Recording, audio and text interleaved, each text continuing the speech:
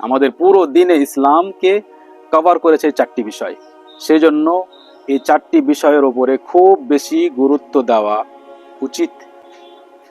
আলহামদুলিল্লাহ রাব্বিল আলামিন ওয়াল আকিবাতু লিল মুত্তাকিন ওয়াসসালাতু ওয়াসসালামু আলা নাবিয়িনা মুহাম্মদ ওয়া আলা আলিহি ওয়া আসহাবিহি আজমাইন। আজ আমরা আমাদের ধারাবাহিক দার্স শুরু করছি।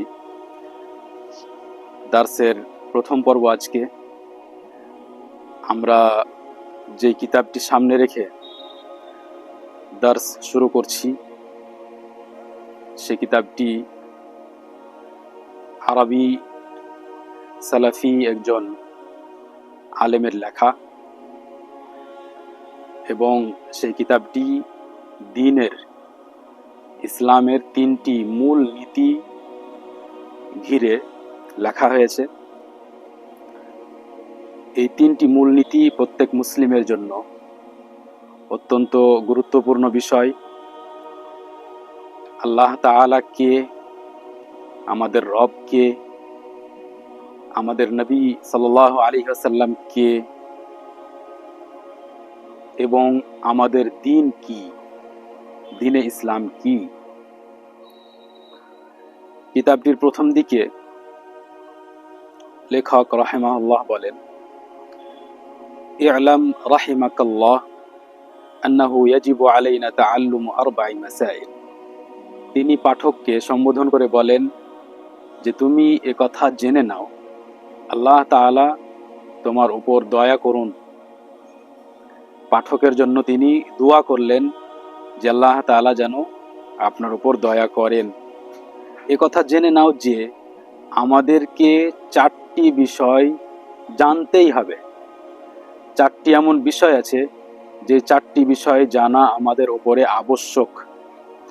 ইবনে উসাইমিন রাহিমাহুল্লাহ বলেন যে এই চারটি বিষয় তাশমালুদ্দিন কুল্লাহ।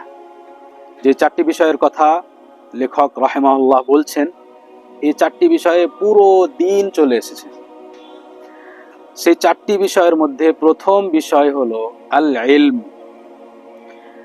জ্ঞান অর্জন করা, ইলম অর্জন করা। যে চারটি বিষয় আমাদেরকে জানতেই হবে, আমাদের জানা একেবারে আবশ্যক, তার মধ্যে প্রথমটি হলো জ্ঞান ও ইলম অর্জন করা। তারপরে তিনি বলছেন যে ইলম ও জ্ঞান থেকে উদ্দেশ্য কি, জ্ঞান অর্জন করা অর্থাৎ কোন বিষয়ে জ্ঞান অর্জন করা, কোন ইলম অর্জন করা। বলছেন যে আল ইলমু ওয়া হুয়া মা'রিফাতুল্লাহি ওয়া মা'রিফাতু নবিয়্যিহি ওয়া মা'রিফাতু দীনিল ইসলামি বিল আদিল্লাহ। বললেন যে এই ইলম অর্জন, এই জ্ঞান অর্জন থেকে উদ্দেশ্য তিনটি বিষয়। প্রথম, আল্লাহ তাআলাকে জানা, যে আমাদের মাবুদ কে, আমাদের রব কে, আল্লাহ তাআলা কে। দ্বিতীয়, আমাদের নবী সাল্লাল্লাহু আলাইহি ওয়াসাল্লামকে জানা, তাকে চেনা, তার পরিচয়। আর তৃতীয় বিষয় যেটি ইলমের মধ্যে আসে সেটি হলো দ্বীনে ইসলামের জ্ঞান অর্জন করা, যে দ্বীনে ইসলাম কি এবং দ্বীনে ইসলামের মধ্যে কি আদেশ নিষেধ এসেছে এবং এই কথাগুলো প্রমাণের সাথে জানা। যখন কেউ প্রমাণের সাথে জানবে, প্রমাণের সাথে বুঝবে, তখনই সেটা আসলে ইলম হলো। এর মধ্যে সর্বপ্রথম বিষয় আল্লাহ তাআলাকে জানা। আল্লাহ তাআলাকে জানা সম্পর্কে ইবনে উসাইমিন রাহিমাহুল্লাহ বলেন যে আল্লাহ তাআলাকে এমন ভাবে জানতে হবে যাতে তাকে জানার পর তার শরীয়ত এবং তার আদেশ নিষেধকে মানুষ গ্রহণ করে। একজন ব্যক্তি আল্লাহ তাআলাকে এমন ভাবে জানবে, আল্লাহ তাআলার বিষয়ে এমন ভাবে বুঝবে যে যখন আল্লাহ তাআলার কথা আসবে, আল্লাহ তাআলার আদেশ নিষেধ আসবে, তখন সে সেটাকে মেনে নিবে, তার সামনে মাথা নত করবে, কারণ সে জেনে নিয়েছে যে আল্লাহ তাআলা কে এবং আল্লাহ তাআলার বিধান, আল্লাহ তাআলার শরীয়তকে সে সব সময় গ্রহণ করবে, সেটাকেই চূড়ান্ত মনে করবে। আল্লাহ তাআলাকে মানুষ জানবে কিভাবে? ইবনে উসাইমিন রাহিমাহুল্লাহ বলেন যে আল্লাহ তাআলাকে মানুষ জানবে যদি কোরআন ও হাদিসে আল্লাহ তাআলা সম্পর্কে যা বলা হয়েছে, আল্লাহ তাআলার নিদর্শন সম্পর্কে যা উল্লেখ করা হয়েছে, যদি সেই কথাগুলো মানুষ জানে। আল্লাহ তাআলা নিজের ব্যাপারে কোরআনে কথা বলেছেন, নিজের পরিচয় দিয়েছেন, নিজের কুদরতের কথা, নিজের ইলমের কথা, নিজের ক্ষমতার কথা, কিভাবে তিনি এই জগৎ সৃষ্টি করেছেন তার কথা, কিভাবে তিনি রুজি দান করেন তার কথা। এসব কথা যত বেশি মানুষ জানতে থাকবে তত সে আল্লাহ তাআলাকে চিনতে পারবে। তেমনি আল্লাহ তাআলাকে জানতে পারবে মানুষ তার সৃষ্টি জগতে, তার সৃষ্টিকুলে গবেষণা এবং বিবেচনা করে। যখনই ডানে বামে তাকাবে, দেখবে আল্লাহ তাআলার সৃষ্টিকে, সে যদি ভাবে যে সব কিছু আল্লাহ তাআলা সৃষ্টি করেছেন, তাহলে সে তার রবকে চিনতে পারবে। আল্লাহ তাআলা বলেন, ওয়াফিল আরদি আয়াতুল লিল মুকিনিন ওয়াফি আনফুসিকুম আফালা তুবসিরুন। যারা বিশ্বাস রাখে, আল্লাহ তাআলাকে বিশ্বাস করে, তাদের জন্য এই পৃথিবীতে বহু নিদর্শন আছে।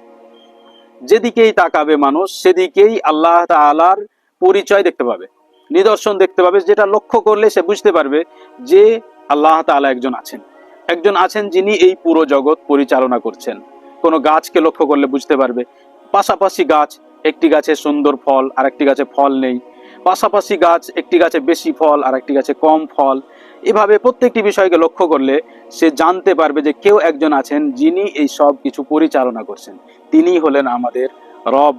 এমনকি ওয়াফি আনফুসিকুম, তোমাদের নিজেদের মধ্যেও নিদর্শন আছে। তোমরা যদি নিজেদেরকে নিয়ে ভাবতে শুরু করো, তোমার পুরো শরীর নিয়ে, তোমার আত্মা নিয়ে, তোমার চিন্তা ভাবনার ক্ষমতা নিয়ে, তোমার জ্ঞান অর্জন করা, মনে রাখা, স্মৃতিশক্তি, যত বিষয় আছে যার সম্পর্ক তোমার সাথে, সেগুলো যদি তুমি নিয়ে ভাবতে শুরু করো, তাহলে তুমি বুঝতে পারবে যে আল্লাহ তাআলা কে, তুমি চিনতে পারবে যে তার ক্ষমতা এবং তার মাহাত্ম্য কি। আফালা তুবসিরুন, তোমরা কি দেখতে পাও না? তোমরা কি এই বিষয়গুলো দেখতে পাও না, বুঝতে পারো না? আল্লাহ তাআলা সম্পর্কে জানা এটি এমন একটি বিষয় যে দীর্ঘদিন ধরে মানুষকে আল্লাহ তাআলা সম্পর্কে জানতে থাকতে হবে। তার পদ্ধতি হলো যে আল্লাহ তাআলার নাম গুণাবলী সম্পর্কে মানুষকে বুঝতে হবে।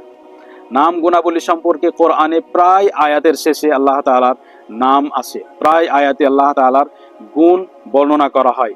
আল্লাহ তাআলা বলেন যে তিনি আকাশ ও পৃথিবীর মালিক। এই সমস্ত আকাশে আর পুরো পৃথিবীতে যত যা কিছু আছে সব কিছু তার। এখন এখানে আল্লাহ তাআলার মুলক এবং আল্লাহ তাআলার মালিক হওয়ার একটি গুণ বর্ণনা করা হয়েছে। মানুষ যদি সত্যি এই কথাটা বুঝে নেয় যে যত যা কিছু আছে সব একমাত্র আল্লাহ তাআলার, তাহলে সে নিজের রবকে চিনতে পারবে, সে নিজের রবের নিকটবর্তী হবে। তেমনি মানুষ যদি আল্লাহ তাআলার এই কথা শোনে যে আল্লাহ তাআলা যাকে চান তাকে সন্তান দেন, যাকে চান তাকে পুরুষ সন্তান দেন, যাকে চান তাকে মেয়ে দেন, যাকে চান তাকে ছেলে দেন, কাউকে ছেলে মেয়ে দুই ধরনের সন্তান দেন, তাহলে এসব একমাত্র আল্লাহ তাআলা করেন। তারপরে আল্লাহ তাআলা বলেন যে আকাশ থেকে বৃষ্টি আল্লাহ তাআলা নাজিল করেন। তারপর আল্লাহ তাআলা বলেন যে দেখো যে তোমরা জমিতে বা মাটিতে গিয়ে যে তোমরা যে দানা রেখে আসো, দানা ভিতরে রেখে আসো, বপন করে আসো, সেটা কিন্তু তোমরা গাছ তৈরি করো না, সেই গাছ আল্লাহ তাআলা তৈরি করেন। সেখান থেকে যে গাছ বেরিয়ে আসে সেটা আল্লাহ তাআলা করেন, তোমরা কিছুই করো না, তোমরা শুধু গিয়ে সেই দানা রেখে চলে আসো। তাহলে যদি এই বিষয় লক্ষ্য করা যায় তবুও বুঝতে পারবো যে আল্লাহ তাআলা কে। এভাবে আল্লাহ তাআলার বহু নাম ও গুণাবলী আছে যা কোরআনের মধ্যে এসেছে প্রায় জায়গাতে। এমনকি কোরআনে আল্লাহ তাআলার পরিচয়ের বিষয়েই বেশি আলোচনা এসেছে হালাল হারামের চাইতেও। এবং রাসূল সাল্লাল্লাহু আলাইহি ওয়াসাল্লামও আল্লাহ তাআলার বহু নাম ও গুণাবলী সম্পর্কে আলোচনা করেছেন। যেমন আল্লাহ তাআলার ইলম সম্পর্কে রাসূল সাল্লাল্লাহু আলাইহি ওয়াসাল্লাম বলেন যে যখন মানুষ কোনো কাজ করে দিন থেকে নিয়ে, সকাল থেকে নিয়ে আসর পর্যন্ত, তখন তার এই সারা দিনের আমল আল্লাহ তাআলার কাছে পৌঁছে যায় রাত্রি আসার আগে। তুরফাউ ইলাইহি আমালুন নাহার ক্বাবলা আমালিল লাইল, রাত আসার আগেই দিনের আমল আল্লাহ তাআলার কাছে পৌঁছে যায়। এইভাবে তিনি আমাদের সমস্ত আমল সম্পর্কে অবগত। রাসূল সাল্লাল্লাহু আলাইহি ওয়াসাল্লাম বিভিন্ন সময়ে আল্লাহ তাআলার বহু পরিচয় দিয়েছেন যেগুলো আমাদের শিখতে থাকতে হবে।